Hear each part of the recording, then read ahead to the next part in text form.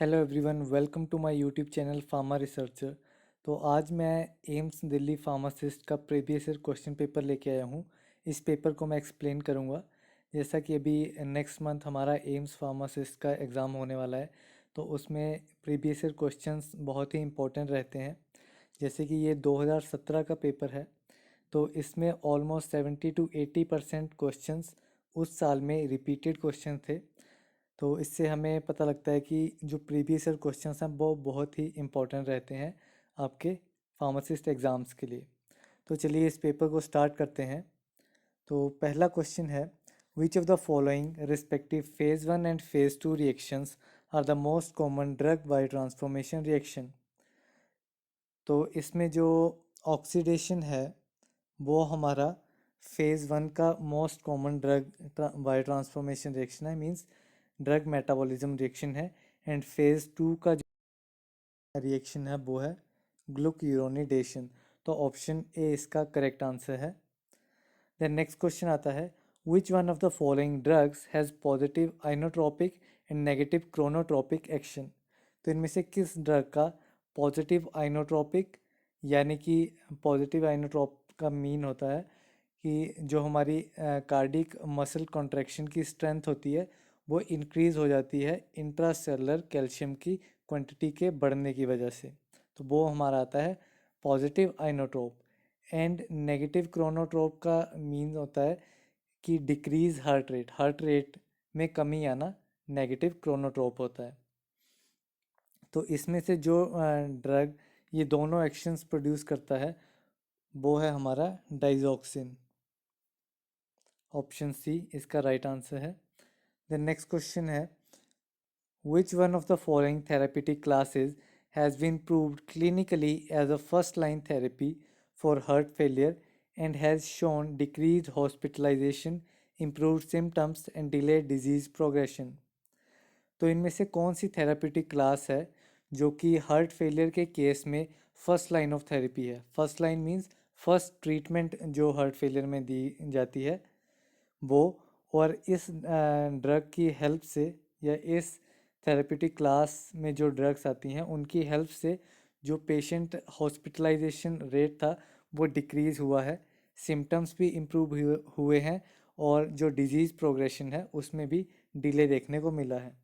तो इसमें जो हमारी एस इनहिबिटर्स आते हैं वो as a first line therapy use होते हैं for heart disease.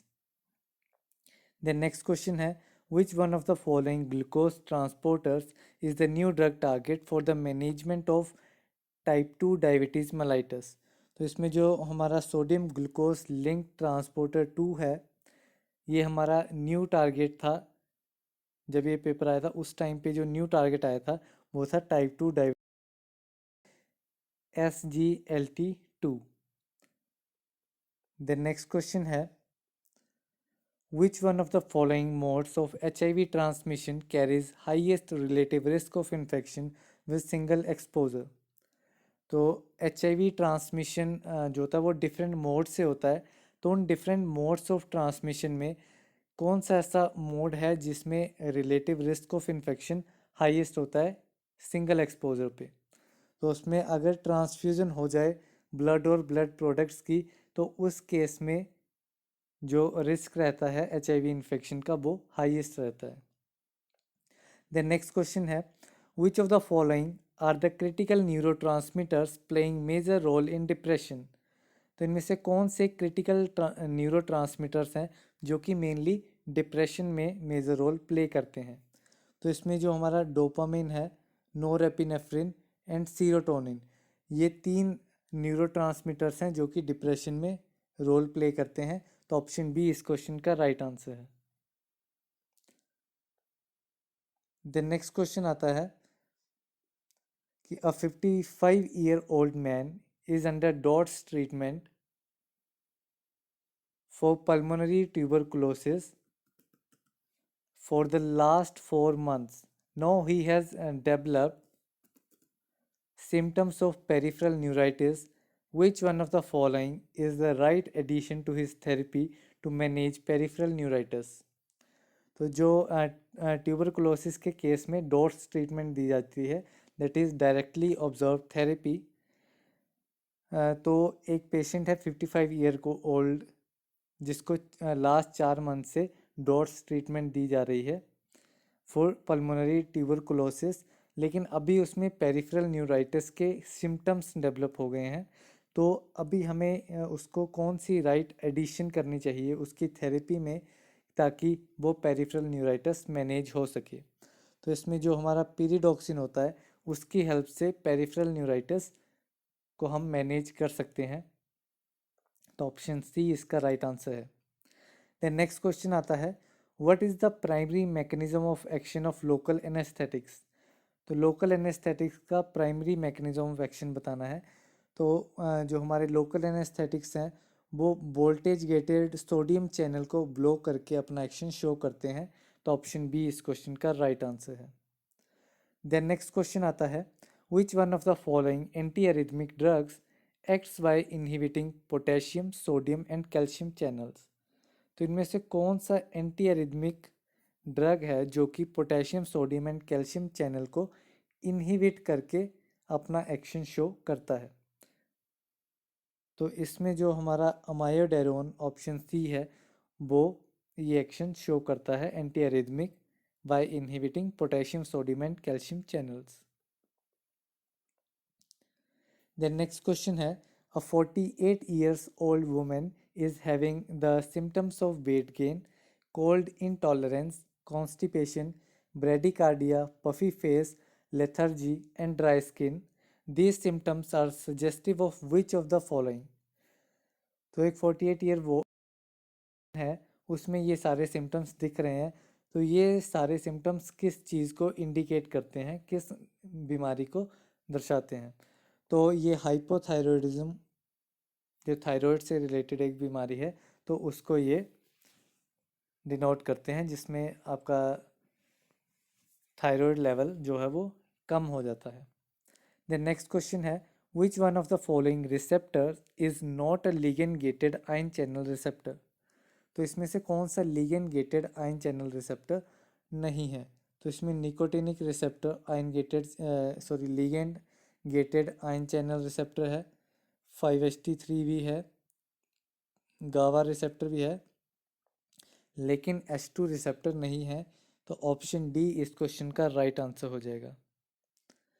Then next question आता है, which one of the following classes of drugs causes side effects like dryness of mouth, tachycardia, urinary retention, constipation, blurring of vision, precipitation of glaucoma, drowsiness and impairment of cognition. तो ये सारे side effect किस class of drug में देखे जाते हैं? तो ये सारे हमें एंटीकोलिनर्जिक के केस में देखे जाते हैं। सो नेक्स्ट क्वेश्चन पे चलते हैं।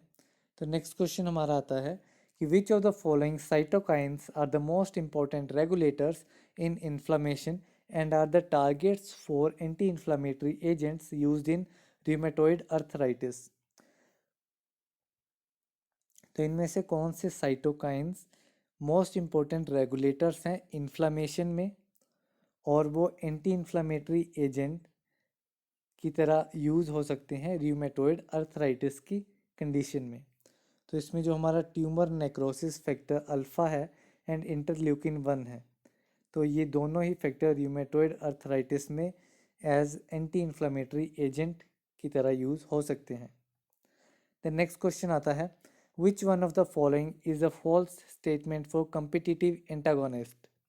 तो इनमें से कौन सी स्टेटमेंट गलत है कम्पिटिटिव एंटागोनिस्ट के लिए? तो फर्स्ट स्टेटमेंट देखते हैं। फर्स्ट स्टेटमेंट है, they have an affinity for the agonist binding site on receptor. तो ये स्टेटमेंट एकदम सही है। They have no intrinsic activity, ये स्टेटमेंट भी सही है।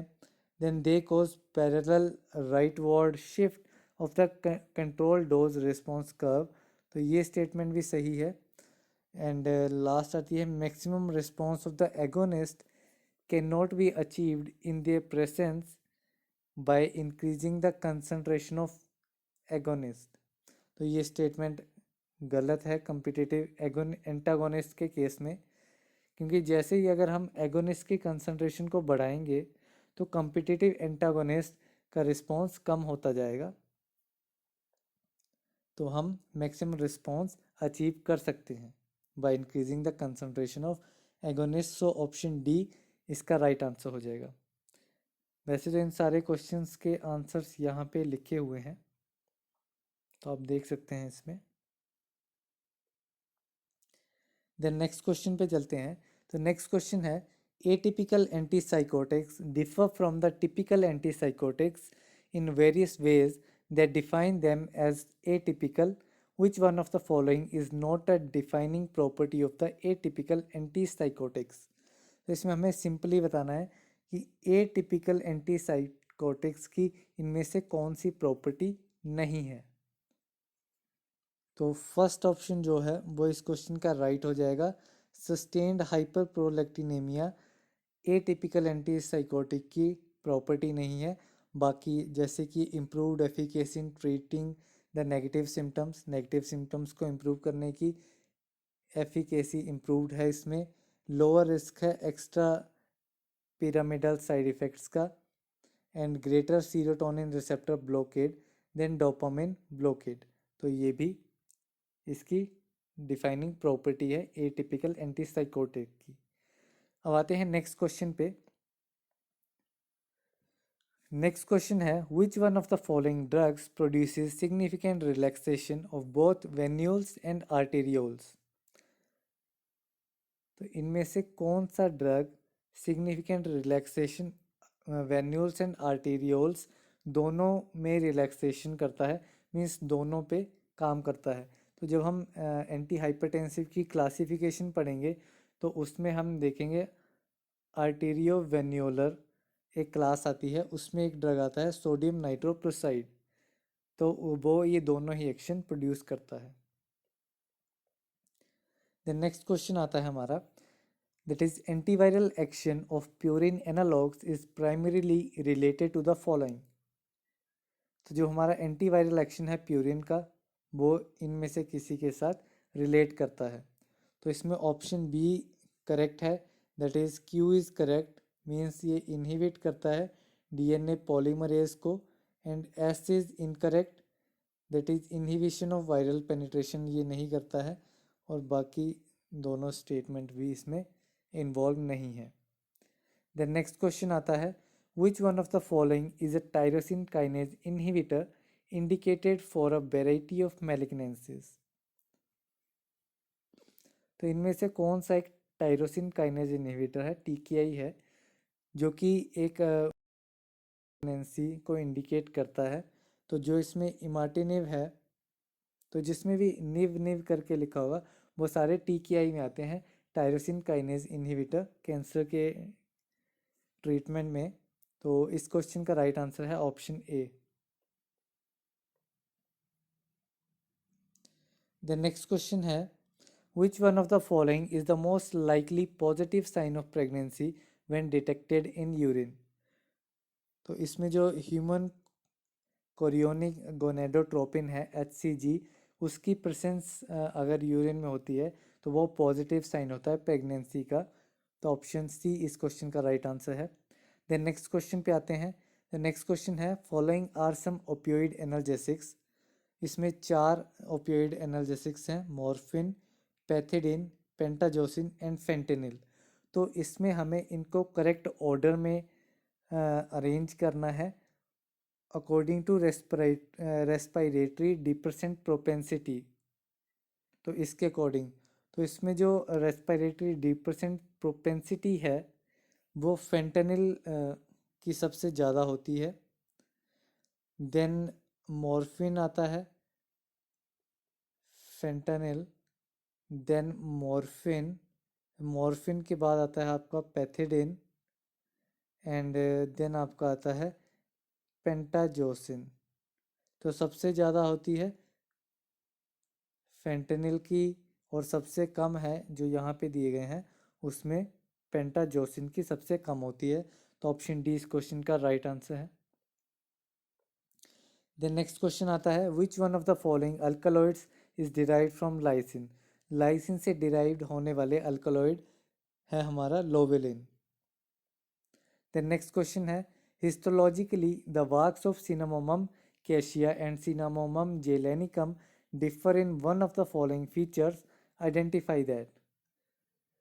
तो जो हमारा सिनामोमम कैशिया है एंड सिनामोमम जेलेनिकम है, उन दोनों में जो हिस्टोलॉजिकल है, हिस्टोलॉजी में डिफरेंस आता है उनकी माइक्रोस्कोपिक कैरेक्टर्स में, तो वो हम कैसे आइडेंटिफाई कर सकते हैं? तो वो उसकी कॉर्टेक्स में होता है। कॉर्टेक्स की हेल्प से हम फाइंड आउट कर सकते हैं।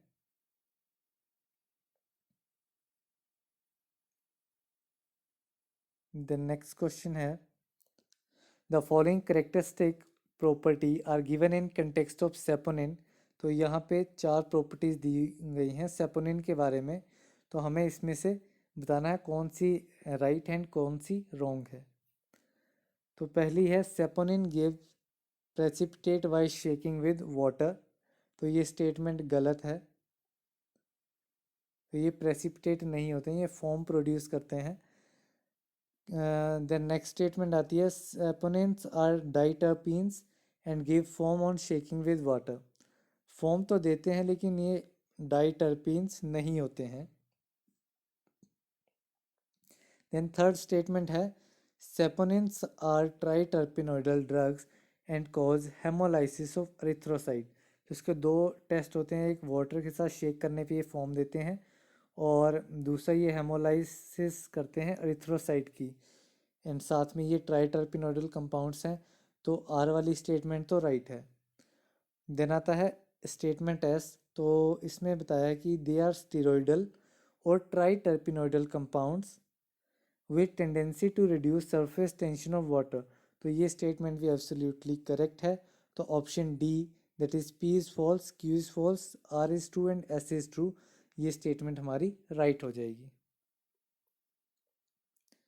द नेक्स्ट क्वेश्चन है, read the given statement about the constituents of shellac. P is shelloic acid, a major component of alicyclic fraction is responsible for color। तो ये स्टेटमेंट है गलत। द नेक्स्ट स्टेटमेंट आती है, shelloic acid a major component of aromatic fraction is responsible for colour. तो ये statement भी गलत है। देन थर्ड स्टेटमेंट है, शेलोइक एसिड मेजर कंपोनेंट है एलिफेटिक फ्रैक्शन का, ना ये एलिसाइक्लिक का है ना ही एरोमेटिक का है, ये एलिफेटिक फ्रैक्शन का है। एंड लेकेइक एसिड एक कंपोनेंट है जो कि एरोमेटिक फ्रैक्शन का एक कंपोनेंट है। तो स्टेटमेंट आर तो ट्रू हो गई। देन स्टेटमेंट एस क्या है? तो इसमें बोला है कि जो एलिफेटिक कंपोनेंट है शेलोइक एसिड का, जो है की है alicyclic and aleuritic acid which is acyclic. तो ये दोनों ही कंपोनेंट एसाइक्लिक हैं, एलिफेटिक। वाइल जो लेकेइक एसिड है वो एरोमेटिक कलरिंग प्रिंसिपल है। तो इसमें हमें शेलेक के बारे में इंफॉर्मेशन मिलेगी बहुत ज़्यादा। तो एफ स्टेटमेंट भी इसमें सही है। तो इसमें राइट क्या क्या है, इंफॉर्मेशन क्या क्या मिल रही है इसमें हमें? तो इसमें हमें एक इन्फॉर्मेशन मिल रही है, as R and S statement सही है तो शेलोइक एसिड एलिफेटिक फ्रैक्शन है, एंड लेकेइक एसिड जो है वो एरोमेटिक फ्रैक्शन है। एक तो ये मिल गई शेलोइक एसिड के बारे में।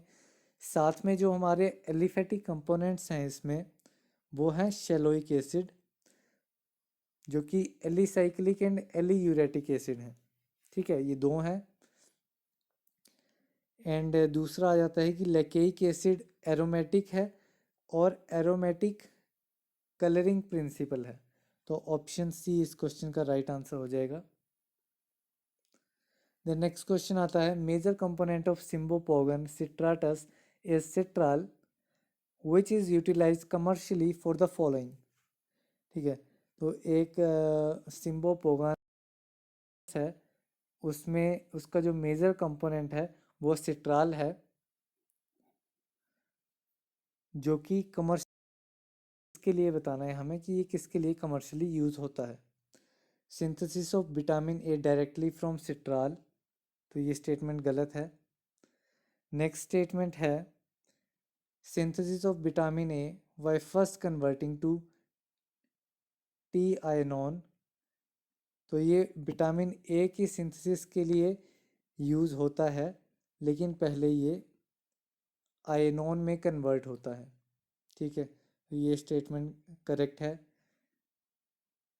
द नेक्स्ट स्टेटमेंट आती है synthesis of vitamin A by first converting to beta ionone followed by conversion to alpha ion, which is very important intermediate for carotenoid synthesis। तो ये स्टेटमेंट भी गलत है। द नेक्स्ट आता है विटामिन ए की सिंथेसिस में यूज होता है, पहले ये टी आयनोन में कन्वर्ट होता है बाय कन्वर्जन टू पी आयनोन, जो कि एक इम्पोर्टेंट इंटरमीडिएट है कैरोटिनॉइड सिंथेसिस का। तो option S mean statement S इसका राइट आंसर है कि पहले ये टी आयनोन में कन्वर्ट होता है फिर पी आयनोन में कन्वर्ट होता है, ना कि ए आयनोन में।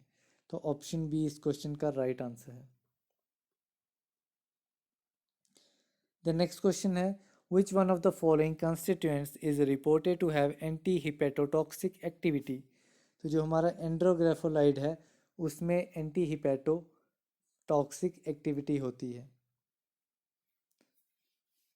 नेक्स्ट क्वेश्चन आता है all of the following applicable all of the following applicable to lignans are correct statements except for one, identify the incorrect statement. तो इसमें जो फर्स्ट स्टेटमेंट है that is lignans are formed by the dimerisation of phenyl propane moiety, तो ये statement एकदम सही है। तो इसमें हमें लिग्नेंट के बारे में एक चीज़ पता लग रही है कि लिग्नेंट्स की फॉर्मेशन फिनाइल प्रोपेन मोइटी की डाइमराइजेशन से होती है। ठीक है, नेक्स्ट स्टेटमेंट आती है podophyllotoxin can be termed photochemically as a lignan. तो जो हमारा पोडोफाइलोटॉक्सिन है उसको हम फोटोकेमिकली एज लिग्नेंट बोल सकते हैं। ठीक है, देन स्टेटमेंट 3 आती है lignans can be found by cyclisation of phenyl propane nucleus. तो ये साइक्लाइजेशन से नहीं, ये डाइमराइजेशन से फॉर्म होते हैं। तो ऑप्शन सी वैसे इस क्वेश्चन का राइट आंसर हो जाएगा, लेकिन ये वाली स्टेटमेंट गलत है। लास्ट स्टेटमेंट आती है इसमें कि लिग्नेंट्स आर सेकेंडरी मेटाबोलाइट्स, एकदम सही है, जो कि शिकमिक एसिड पाथवे से फॉर्म होते हैं। तो ये भी एकदम राइट आंसर है। इस पे भी क्वेश्चन बन सकता है कि लिग्नेंट्स सेकेंडरी मेटाबोलाइट्स हैं, ये किस पाथवे से फॉर्म होते हैं। तो ये शिकमिक एसिड पाथवे से फॉर्म होते हैं। द नेक्स्ट क्वेश्चन है rhizomes of Zingiber officinale contain some sesquiterpene hydrocarbons, some hydrocarbons are given below, that is 3-bisabolene, Q is gingerone, R is gingerol, S is gingiverine। तो इसमें हमें correct pair बताना है जो कि राइजोम्स में present होता है। तो इसमें जो हमारा 3-बिसावोलिन और जिंजीवरीन, ये दोनों ही हमारे राइजोम्स में प्रेजेंट होते हैं जिंजीवर ऑफिसिनाले के। ऑप्शन ए इस क्वेश्चन का राइट आंसर है। नेक्स्ट क्वेश्चन आता है listed below are the chemical test use to identify some groups of phytoconstituents, identify the test for the detection of purine alkaloids. तो प्यूरिन अल्कलॉइड्स के लिए murexide test है।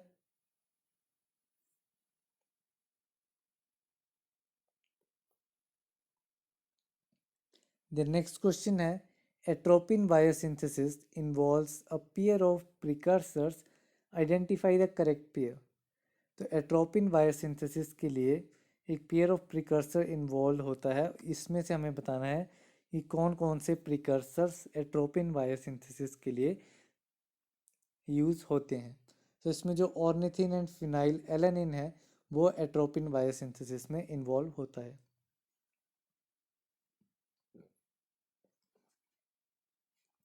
Then next question आता है study the following statements and choose the correct answer. तो इस statement में से हमें करेक्ट आंसर फाइंड आउट करना है। तो फर्स्ट स्टेटमेंट है lutein and zeaxanthin are flavonoids, जो कि एक गलत स्टेटमेंट है, ये जेंथोफिल्स होते हैं। तो तो ये स्टेटमेंट गलत हो जाएगी। क्यू स्टेटमेंट है lutein and zeaxanthin are xanthophylls, तो ये एकदम सही स्टेटमेंट है। देन नेक्स्ट आता है lutein and zeaxanthin are required to control age related macular degeneration में ये यूज़ होते हैं, तो ये स्टेटमेंट भी राइट हो जाएगी। एंड देन स्टेटमेंट ऐसे इज ल्यूटिन इज़ फ्लेवेनॉइड, तो ल्यूटिन तो फ्लेवेनॉइड नहीं है। एंड जियाजेंथिन इज इट्स ग्लाइकोसाइड, तो ये भी नहीं है, ये दोनों ही जेंथोफिल्स हैं।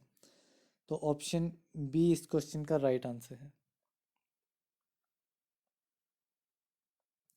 देन नेक्स्ट क्वेश्चन है listed below are some phytoconstituents, P is galactomannan, R is valvaloin, Q is glucomannan and S is phylantine. तो identify the constituents present in aloe vera. तो एलोवेरा में कौन से कंस्टिट्यूएंट्स प्रेजेंट होते हैं वो identify करना है हमें।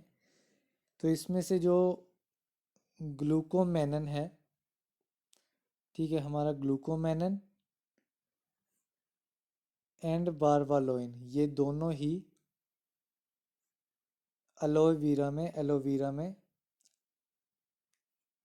एलोवेरा को अनदर नेम से हम अलोए बारवाडेंस भी बोलते हैं, तो इसमें ये प्रेजेंट होते हैं। तो ऑप्शन बी इस क्वेश्चन का राइट आंसर है।